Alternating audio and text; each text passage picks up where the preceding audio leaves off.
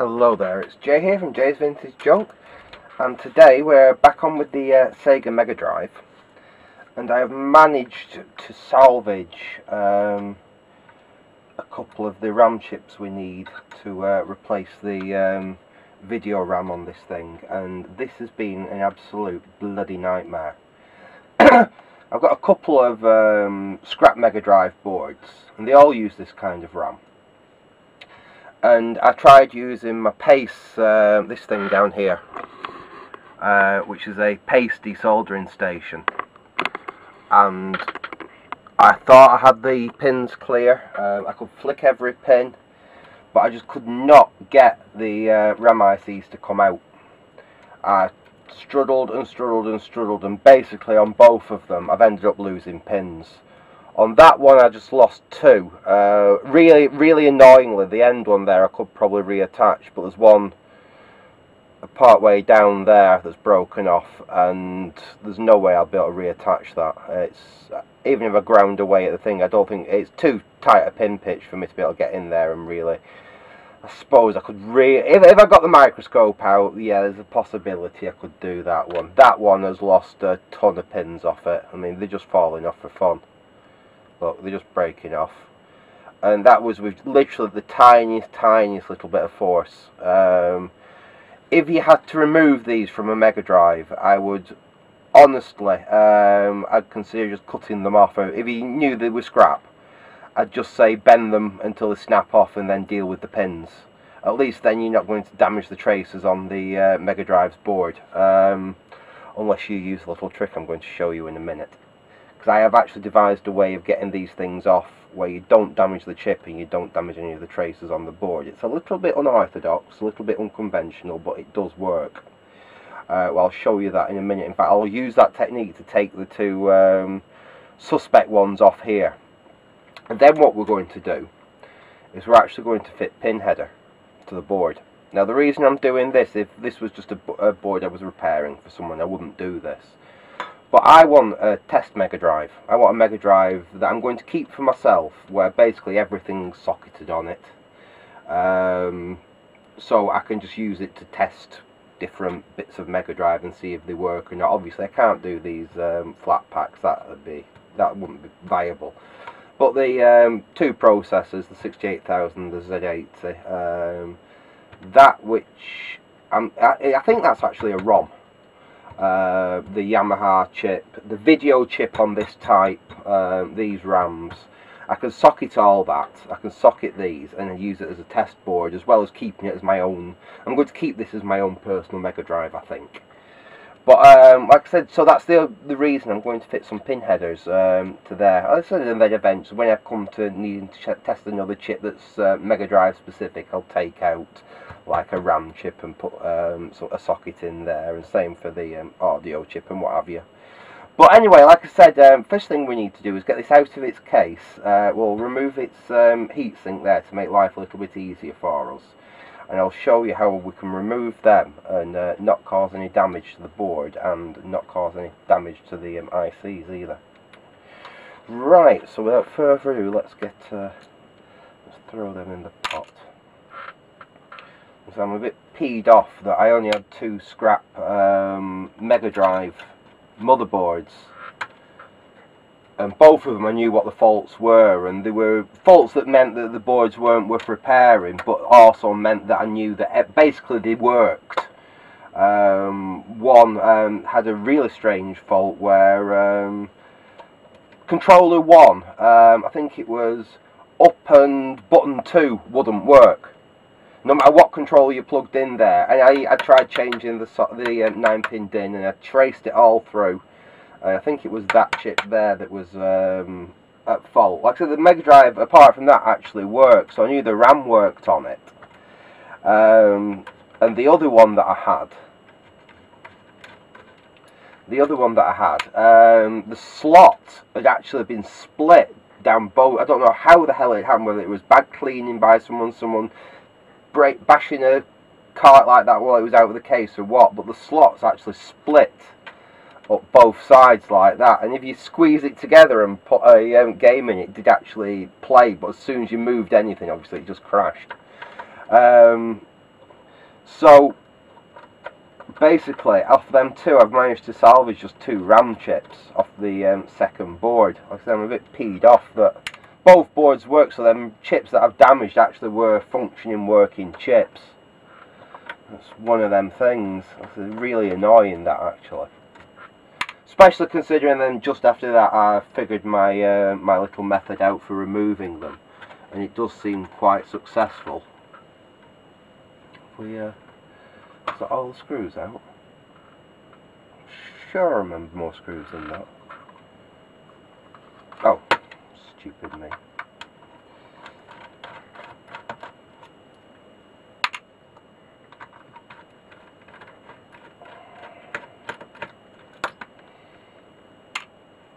There we go.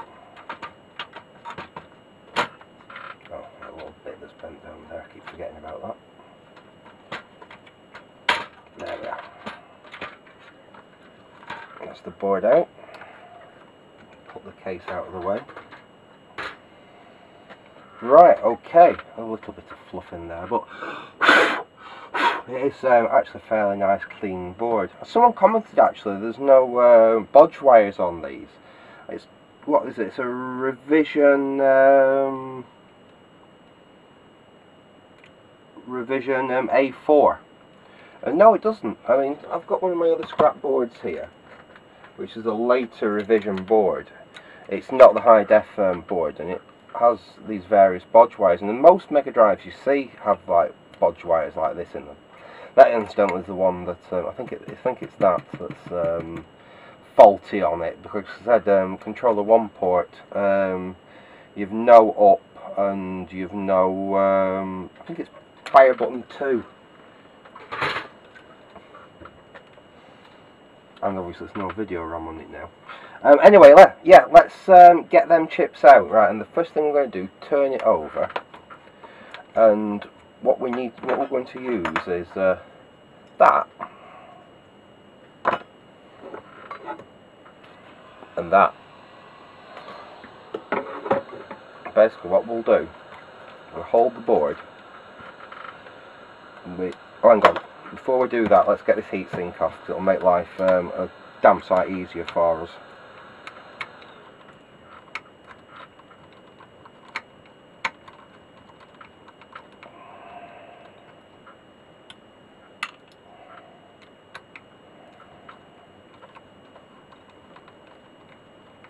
You have to salvage the RAM chips really to do this. I can't find them anywhere. I've seen there's a few like Chinese suppliers that say they've got a few thousand, but they only want to sell in large quantities. They won't sell you like just 10.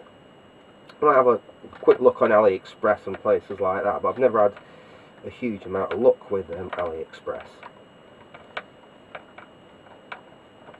So I think your only real option is scrap boards.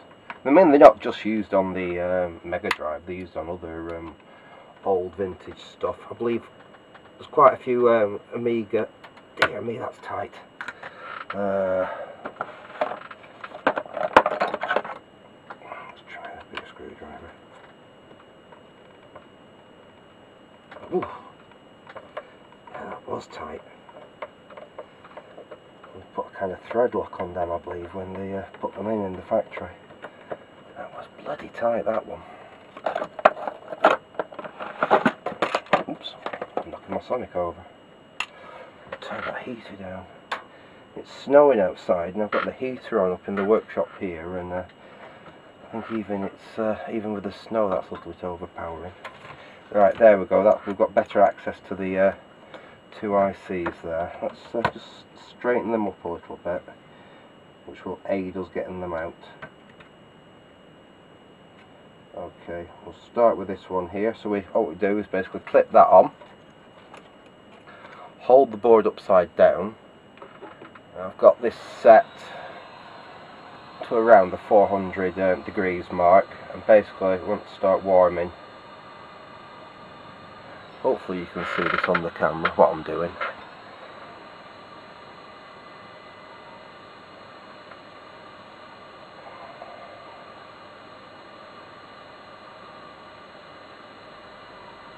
Just keep your airflow moving. You don't want to keep it in one place for too long or else you will damage the board. Just give it a little shake.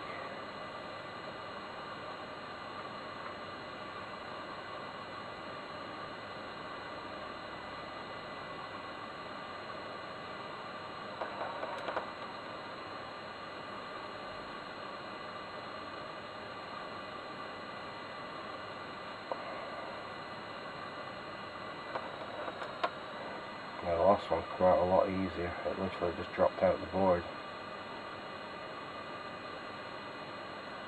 Now if you had your third hand, you could just gently pull it at this point. Just gently put that down so you can still...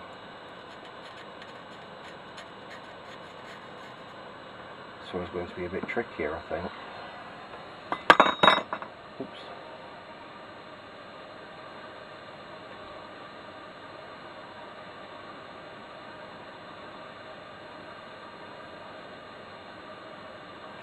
There we go, and out it comes.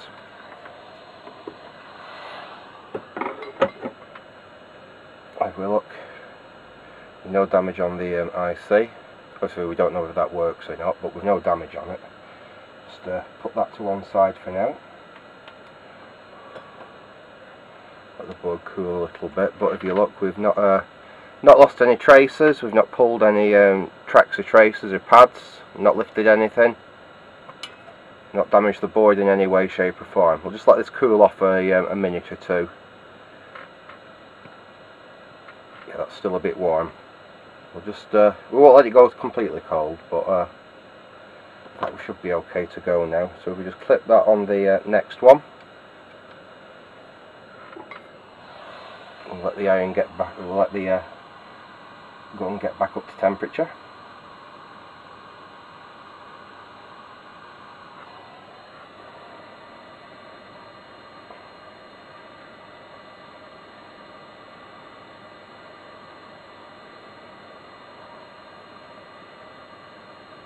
You do have to be careful because you do have some surface mount components around here, and obviously you don't want to risk getting them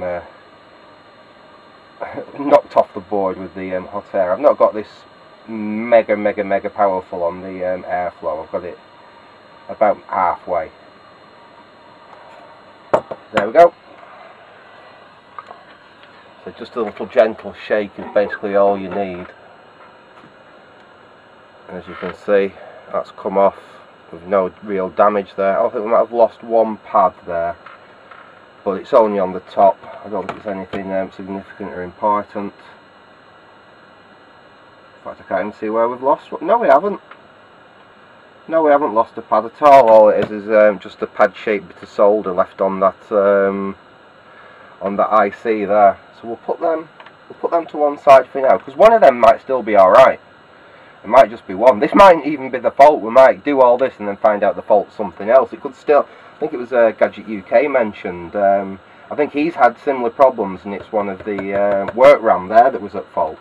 I don't think it's the work RAM, or else, because I don't think we get the audio coming through like we are if one of the work RAM was faulty. I could be wrong there though. See, I'm not an expert with Sega Megadrives. I'm much more an Amstrad and a Commodore guy, but I do like fiddling with other things with different systems. It gets a bit samey if you just stick with the same system over and over again. Right, so what all we need to do now basically is clean all the holes up here so we can add some of this inline package, and then we can give it a quick test. We'll have to stick the heatsink back on, because I don't know how long you could run this really with no heatsink on it at all. Let's get some solder braid out, and we'll see if we can clean these up with a solder braid. If not, we'll have to get the old solder sucker out. Can you see okay here? Yeah, just take you down a tiny touch and bring you on a little bit.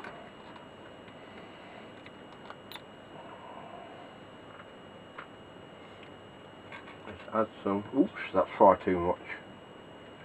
Dear me, that's not very good. I think I lost most of the I think I lost most of the flux out of my flux pen then. I'll have to get down to Maplin's before they close down for good and get another one of them. It's a Maplin's one, and I must admit it's not terrible flux actually for liquid flux. It's quite good.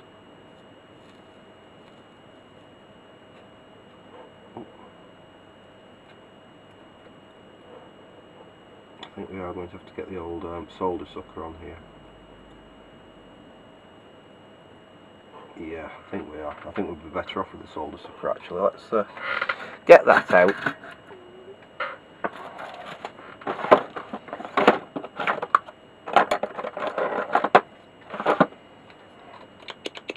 If this misbehaves, we'll have to go over to the paste and use the paste to get these freed off.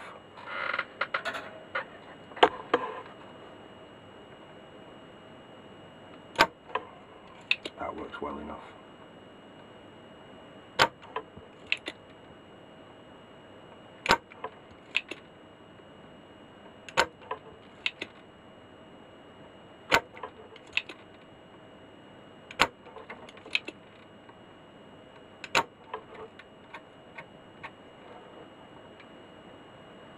Oops. So you reset your sucker.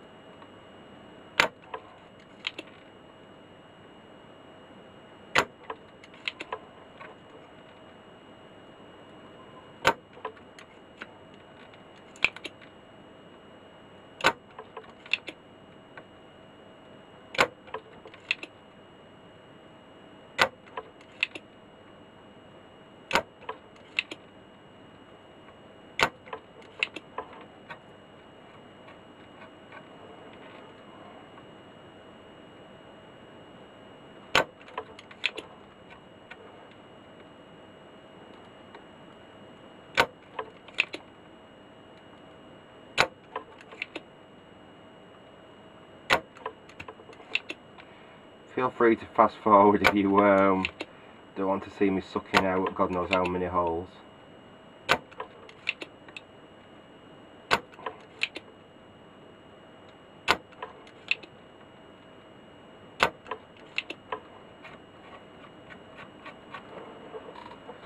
Nearly there on this one. Now we've got one more to do.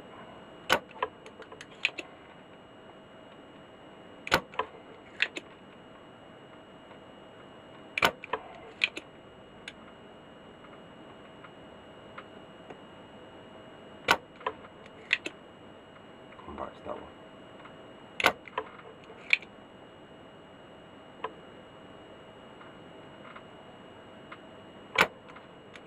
Come back to that one. You always get a couple which are going to be a bit stubborn.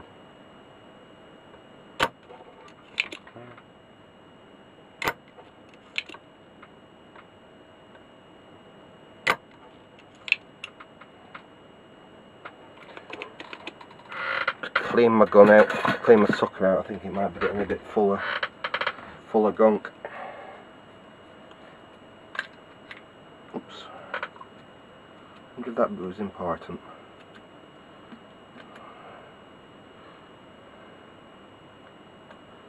That's one doing the wrong half of my gun here. Just bear with me a second, folks. I may just switch the pace on and use the pace if my solder sucker decides it's going to misbehave. That's better.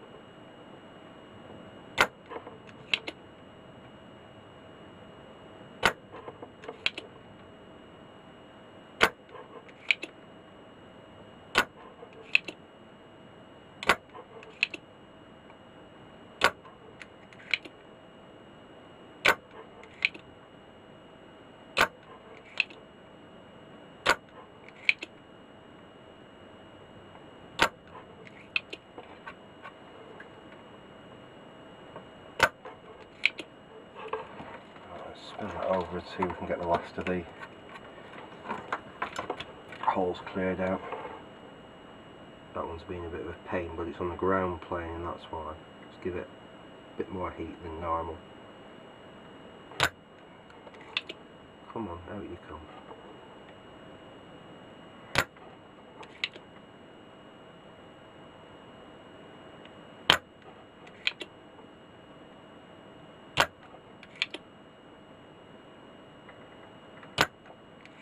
In fact, I'm going to switch the pace on, and while that warms up we can at least finish off doing a few of these, and then we'll try perhaps using the pace to clear the last few which are being really stubborn.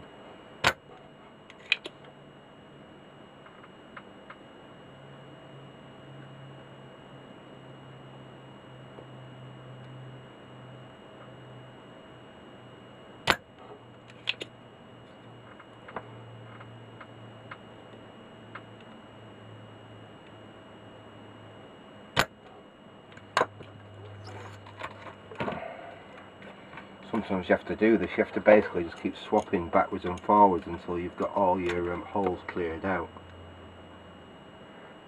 Oops.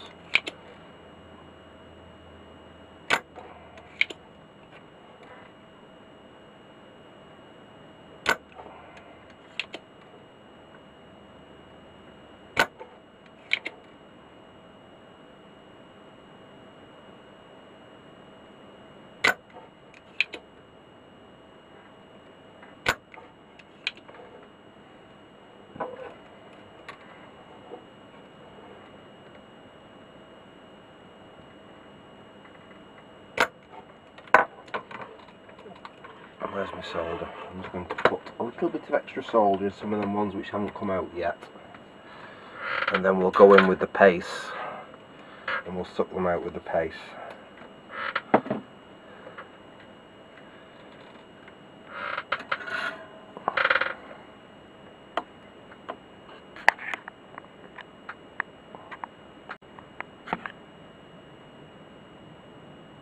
Okay, here we go. Add a little of extra solder to the ones which are being problematic.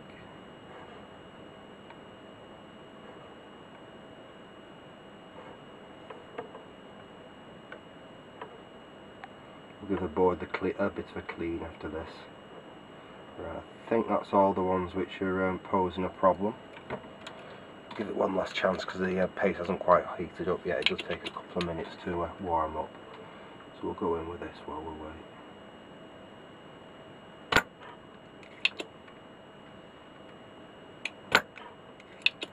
Got that one. Got that one. Got that one. So we don't need the pace. Got that one. And that one. And that one. This one. And that's clear. There we go. Oh, let's just see if we can clear that one up a little bit more.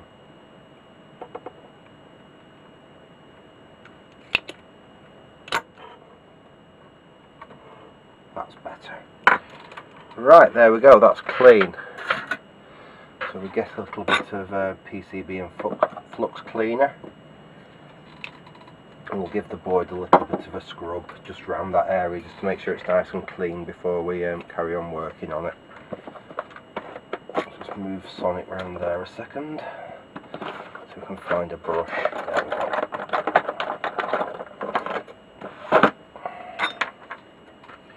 Give the board a bit of a spray.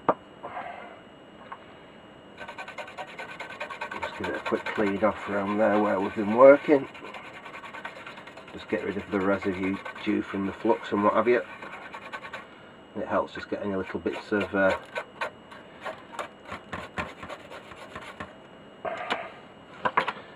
solder residue off the board from desoldering. Yeah, I'm happy with that on that side. We'll just give this side a very quick little scrub. We really didn't do much work on this side, it's quite clean anyway, but just give it a really quick little scrub over like that, and then we will look at putting some of this pin header in here.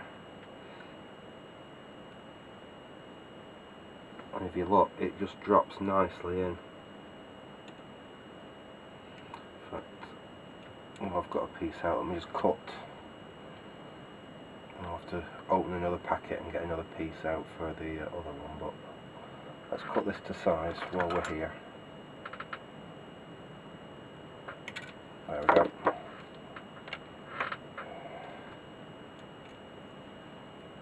Stick them in there.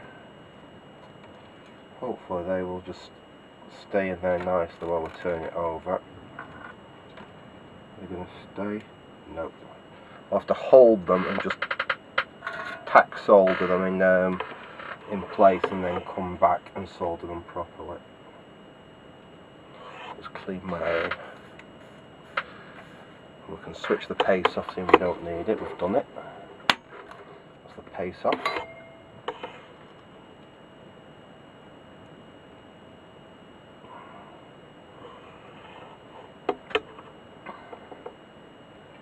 We'll just solder that pin there. We'll solder a bit more solder on the iron. We'll solder that pin there. And we'll come back and we'll do them properly. That's enough, that's holding it in fine now. Now we can solder properly. Let's start at the top corner here, we'll solder that. Move down and solder that bottom one. So there's no way now that they can move, we can happily then go along and just solder them normally.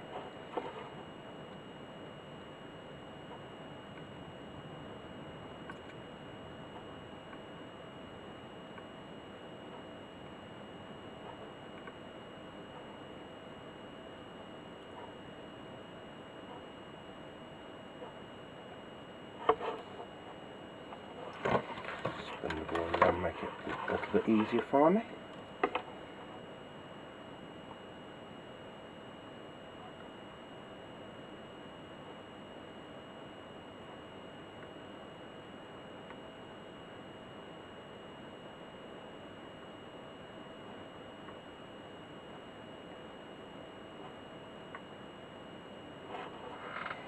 Okay. Now we need to cut another piece this size for the other socket we're making. So let's trim and 2 bits off that. I'll have to order some more of this, I'm running out of it quick. At least it's cheap enough, I think it's like 10 strips for £1.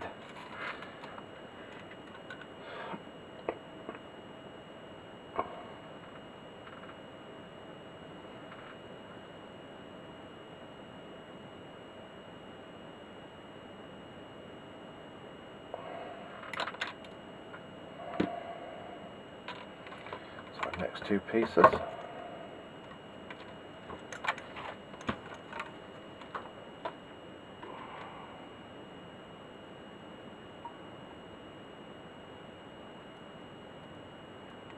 we go, that went in.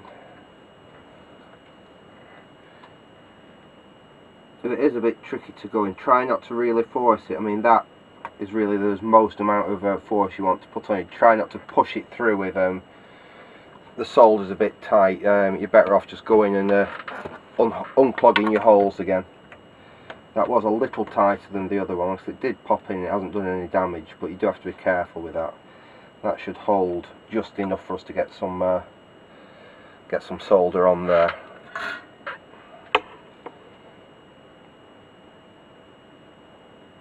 That one's in. That one's in. That one's in. That one's in. And once they're in, like I said, you can then just solder as normal.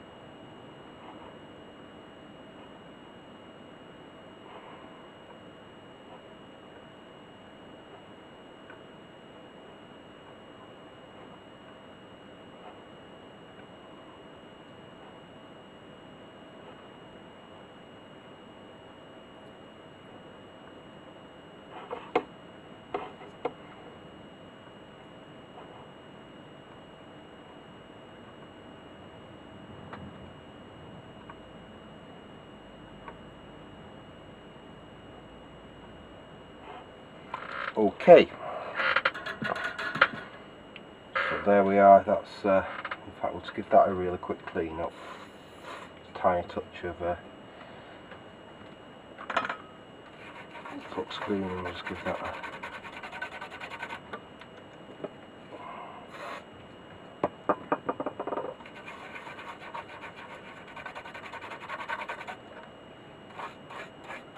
there we go. Let's tidy it. And there's our two new little sockets. So we take our RAM, which is our good RAM. This is our good RAM. And I've already cleaned all the pins of all the excess old solder off here. So we should just be able to plug these into these boards like this. Let's make sure that makes a good contact. There we go, that's in.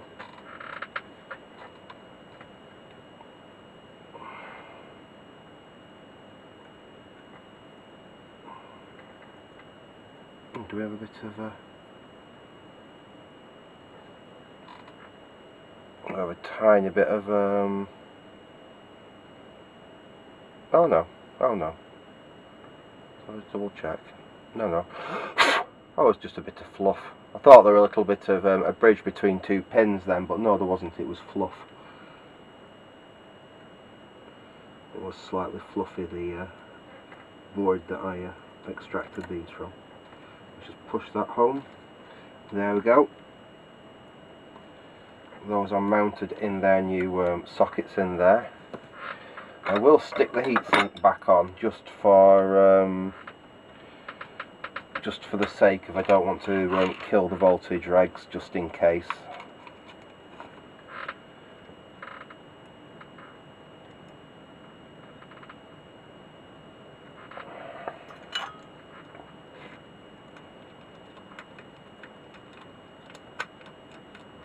I will take this back off and obviously put some new thermal grease on these on the back of the regulators, but for just initial testing, just to make sure it's going to work. Because like I said, we don't even know if we've fixed it yet. We've just it's the first thing. It's what I'm thought about the most when I saw the symptoms at first was video RAM issue. Like I said, it could possibly still be work RAM. It could possibly still be the video processor thing there. We won't know that until we know. I know that this RAM works. Like I said, it's off a board that did show good video. It's the only problem was, like I said, was this the one that had the controller fall off? Yeah, I think this was the one. I think it was the one that had the broken slot that I destroyed the RAM on. I think this one is the one that that's not the right screw for there. I can tell that straight away. Should be a shorter one. Yeah.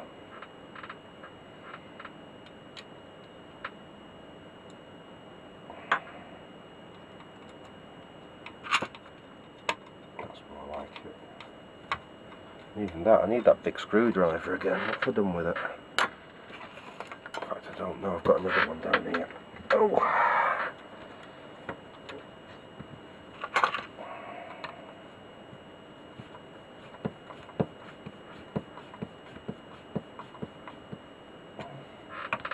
I'll put that one in. Up there.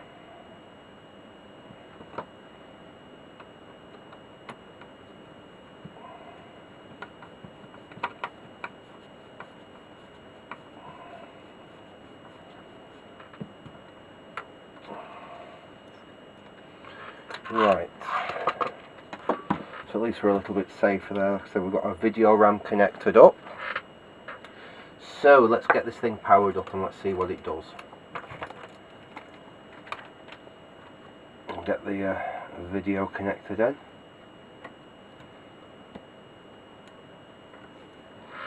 And we'll use my Sonic compilation, like I said, because I know this definitely does work. Plug that in. I'll just get the TV and the power supply switched on. I'll switch the power supply off because I don't know which way around it is. And let's where's the remote for the TV? There it is. AV mode. Let's connect the power up. Right. Bring this up onto the TV so you can see what's happening as well. Hopefully that's in shot well enough. You can see well enough there. Right, let's not have that shining on anything. There we go. Switch on. And then power on.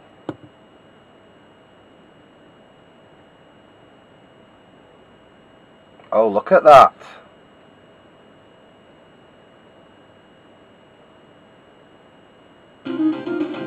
How's that? I can't press the start button because I haven't got a controller plugged in. Now let's switch off again. So I was right, it was a video RAM fault. What we can do is I will clean up the pins on the video RAMs that we've taken off this board, and I'll find out which one's faulty and which one isn't, and then obviously, they might both be faulty, but I very much doubt it. Switch on. Let's Sega.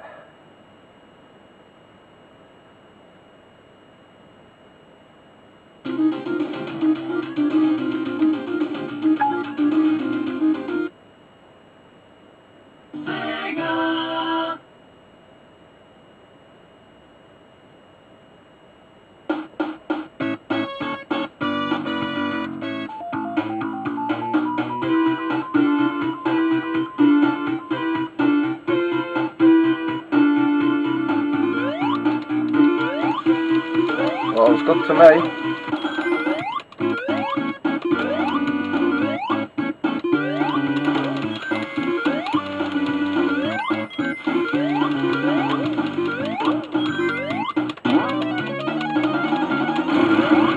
I better stop playing that anyway. But yeah, we appear to have a working Sega Megadrive again.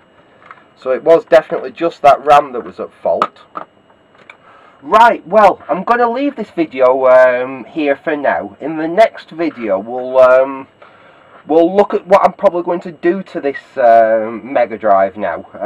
Like I said, I'm probably going to do a few mods on it, like perhaps a region mod on it, and 50-60 Hz mod, that type of thing to it.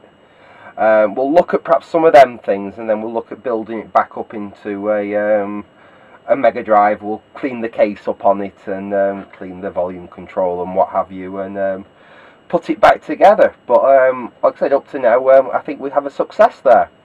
So like I said, I hope you enjoyed watching that. Thanks for watching, and goodbye.